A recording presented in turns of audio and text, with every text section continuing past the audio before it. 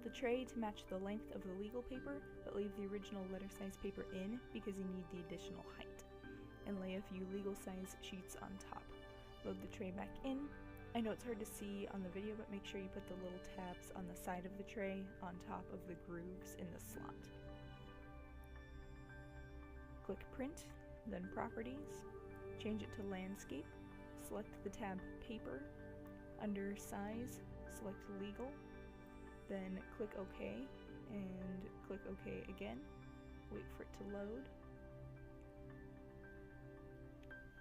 You have to tap the OK button on the actual printer, after which your 2 pages should come out quickly. Select Print again, open up Properties, and essentially put everything back to normal. Select Portrait, under Paper select Letter, click OK, and then click Cancel. Close out of the PDF, right-click on the removable disk, which is your thumb drive, and select Eject, after which it's safe to remove the stick. Don't forget to log off afterwards. Make sure you put the paper in the printer back to normal too. If there are any remaining legal size papers, take them off, adjust the tray size, and put it back in. Alright, you take your proof and you turn one of the pages upside down. It doesn't matter which one. Load them into the copier like that. Come here, open up the tray. There will be 8.5 by 11 paper in here. You need to slide this out. Take this.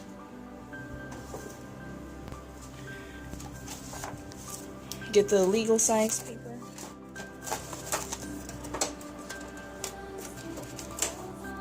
Adjust it so it fits in there. Slide the tray back in. Then this will come up on the screen in just a moment. 8.5 by 14, and then confirm. Press 1 to 2 sided, and then come over here and press 8.5 by 14, which is legal size, and then punch in the number of copies you want to make. For this, I'm just going to push 1, and then you push start.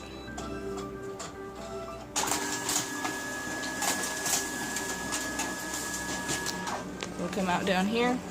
I suggest starting by making 1 or 2 copies just to make sure the process is working correctly. See, like this didn't work out right, the bottom got cut off. If it didn't work out right the first time, try flipping it around, so putting it like that. When you're done, come back here, take out the legal paper, put it back in its stack, take the letter paper, put it back in there. Replace that, put this back here, and then put this back to auto paper. It'll come up with that. Press confirm once you make sure it says 8.5 by 11, and you're good to go.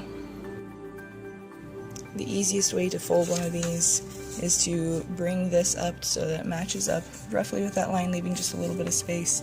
Open this cover up, fold this one in like that, match it up with the crease you made, and then fold it over. Yay!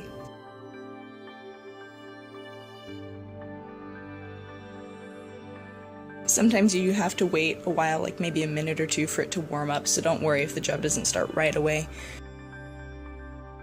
If it's printing and you don't want it to print or it's doing something wrong and you need it to stop, press interrupt printing once, just once, but then go crazy on the stop button.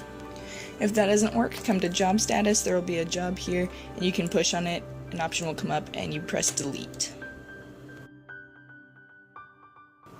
If there's a paper jam, usually what you can do is you can pull this open and look inside this little crevice to see if you can see it visually, and if you can, there's no bottom on this printer, so you can lift it up and stick your hand inside there from the underneath, and you can usually grab the paper and pull it out.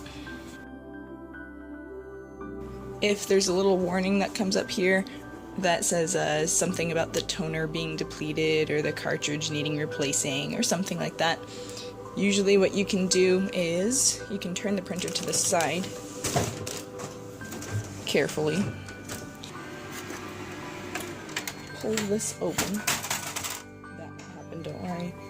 Pull this door forward, and there's this little ink cartridge here. What you do is you need to slide this to unlock it, lift this up, push this in, and then while you're lifting this up and pushing this in, you pull the whole thing out. I'm not going to do it right now because I don't want to mess it up. And you can take the cartridge and you can shake it to try and loosen up the ink inside, and then you put it back in, and you have to make sure that it fits onto these little grooves right here.